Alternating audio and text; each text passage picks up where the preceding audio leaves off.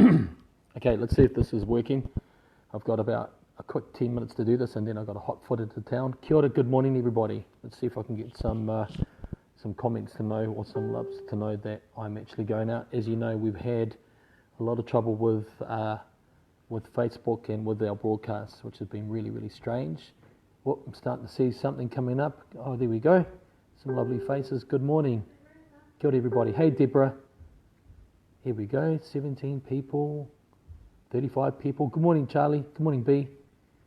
61 people. Joanne. Good morning, Sister Joanne. Hope the campaign is going to be going great for you. Hey, Grace.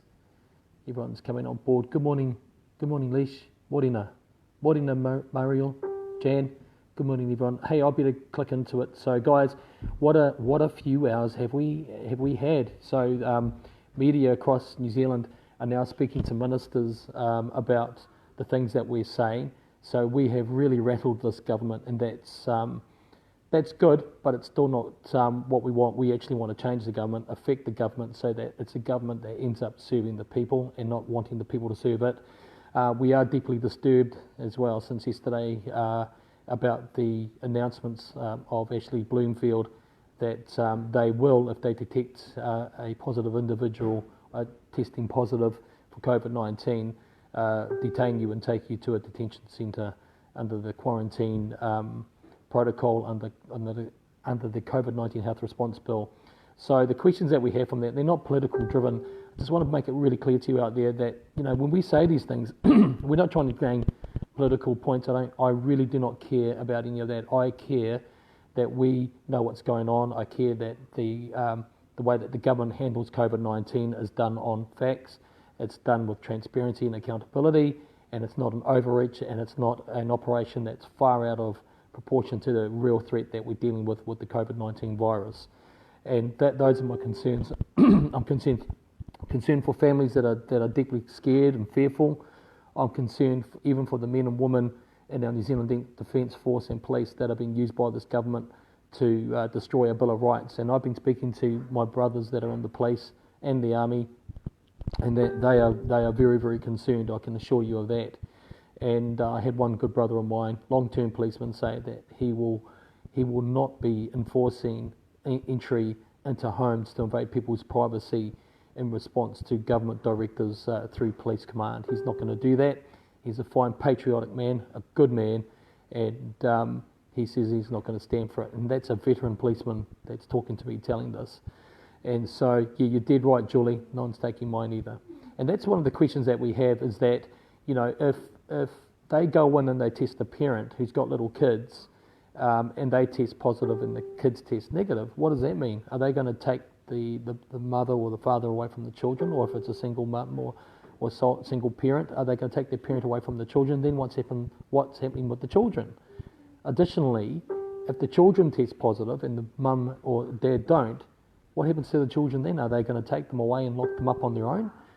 And I know that sounds incredibly a heavy thing to say, but these guys aren't thinking these things through, because that's what's going to happen if they use the PCA test, which is proven faulty by the Centre for Disease Control and Prevention in the US, who were a big part of the problem in pushing incorrect narratives out there to the world. They're now taking a step back from that and saying, look, we've got real concerns about the PCA test, and they were the buggers that were pushing it on the world.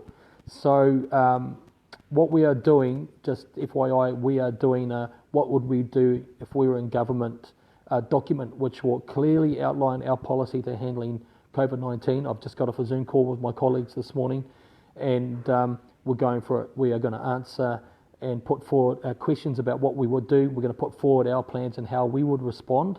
And I think what you're going to see is you're going to see all the references that we use when I speak, when I refer to. So just be aware. I might get little things here and there wrong, and I'll be the first to do that. Like, for example, the designer and developer of the PCA, Dr. Kari, he's dead, right? So, and I had it wrong that Kari was a female. I had it explained to me that he was a doctor, but not gender specific. So I did get that part wrong. So my apologies for that. But in general, the references that we use are from proven sources. So in this document, when we release it, you'll be able to click on all of those proof sources. You can go straight to the links and go straight to the sources where we're getting this information, and some of it will surprise you where it's coming from, because it is coming from the FDA, it is coming from the CDC, and it is coming from expert organisations that say they've got great concerns about the PCA test, and that's what we're using, guys. That's what we're using in New Zealand to push into your nose. You know, the reason why I point like that, actually, the test goes that way, but if you put something up your nose, it goes up that way, doesn't it? And it's got to go into the nasal cavity, so that's why I do that. But to be precise, it does go in that way once it's up the top. And that's invasive, so that's what we say. If you're going through quarantine and they want to test you, you demand that you want the the throat swab. Because why? Because it's the same PCA test, but it's far less invasive, okay? And the PCA test cannot distinguish between viruses. So if you've got the flu and a normal coronavirus, a cold, then what happens is that'll show up as a COVID-19 positive.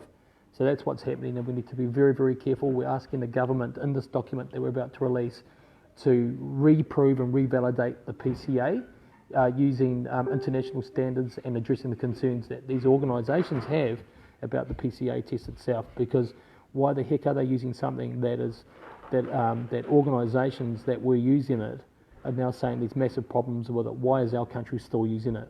We're not that dumb. Surely we're not that dumb at the Ministry of Health. Come on, Dr. Bloomfield.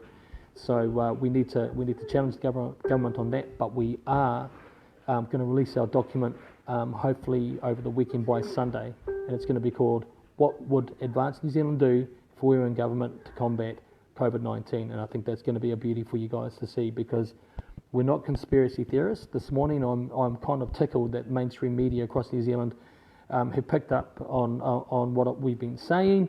As you know, we said 6 weeks ago there'd be a lockdown the second week of August. This has indeed happened, and we believe from myriads of sources that we have feeding information to us, including policemen, that lockdown 4 or level 4 lockdown is upon us, and we don't feel that this government has been honest. That's the big beef here. If they were honest, trustworthy, and presenting factual information, I'd go away in an instant.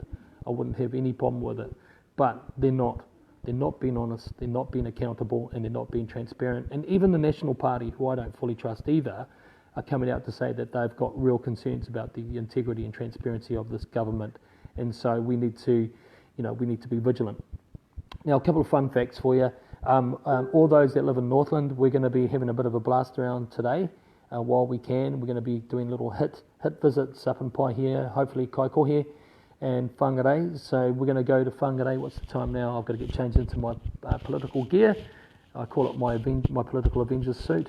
So around about 11ish, we're going to be in the Whangarei town square, walking around, talking to people and handing out flyers and talking about what we're up to. So please do that. On Sunday at 3 o'clock, I'm doing a nationwide Zoom meeting, and my team are putting that together because I was meant to be in Wanganui this Sunday.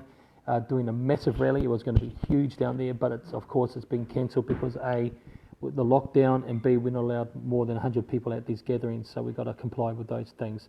Now, the other thing is, we issued a challenge today to Matthew Tukake, and and he's an interesting gentleman, very self-centred, very self-opinionated, and his family are heavily involved in the Labour Party. And he's been coming out pretty hard against our stance in questioning the Labour Party government as to the management style, the lack of capability and efficiency displayed by the government in their handling of the COVID-19 crisis. Also our stance about challenging this government about its destruction of our rights and freedoms. And Matthew has taken a position that he thinks that we don't have a leg to stand on. So Matthew, I'm really keen to challenge you to a moderated debate. I would really love to know what your very, very smart mind is telling you is right about this whole thing with this government, and I'd like to challenge you to a live stream debate on that, because quite frankly, I think you're full of self-opinion that's not based on fact. We're not conspiracy theorists in my team. We're very smart individuals behind me that are doing all the research, all the proofing, all the information and fact finding, and these guys are clever, much smarter than me, I tell you that. But one thing I can do is present the information and debate it through with you. So I'd be really keen to do that. Don't be afraid, just front up. You make these claims sitting behind your camera. I don't see you out on the streets protecting whānau. I don't see you out on the streets protecting families' rights and freedoms. I don't see you talking about housing our people. I don't see you talking about stopping Oranga Tamariki from being the tyrant organisation that it is. I don't see you doing anything for anyone actually, other than maybe yourself, making yourself feel big. So let's see how big you are. Let's have a debate, mate. I'm really keen for it. I'll do it with a Christian heart. I won't use any foul language. I never do anyway, and it'll be respectful. But I respectfully ask you to face me in a debate. In fact, anyone out there in Māori academia or wherever you are, let's do it. You know, let's have let's have it out together and see where we stand at the end of it, eh? And that way, you know, we can eyeball to eyeball each other and get it done and get it sorted. So yeah, that's right. Sovereignty is what this is all about. This is about our individual sovereignty. It's about community sovereignty and national sovereignty, because what we need to do is respond to coronavirus based on facts, medical facts, independent, verifiable information based on medical facts around COVID-19. And I want that team to investigate that, be a People's Commission team led by Professor Simon Thornley. I'd love him to do that. I think he's an amazing New Zealand scientist who knows exactly what he's talking about. He said back in Alert Level 4 that government was overreaching, and that's when he caught my attention, a fantastic scientist that I look forward to meeting sometime soon. But we need you know, a response that is sensible, logical, based on facts, and not an overreach by the government. And I don't trust this government, number one, as you know. So let's do it, guys. Let's keep the fight going. I'll see you out there. So just after 11, we'll be in the square in Whangarei. Come on down. I'd love to see you. Let's increase the awareness about what we're talking about. And everything that we say, guys, needs to be said factual, calmly, and on credible footing.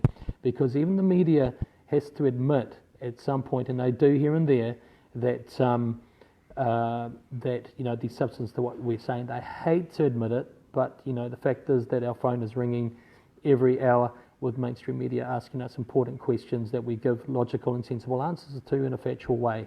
And that's the whole point of it. We just want to ask the questions of the government and get them to provide logical, sensible, factual responses. All right, I better get sorted, guys, and let's do it. Let's do this as a family, and let's protect our country and our whānau, our economy, and our rights and freedoms. Take care. Have a great day, all, and I will be giving you a broadcast when we're out there doing this. Have a good day, all. Take care. Kia ora.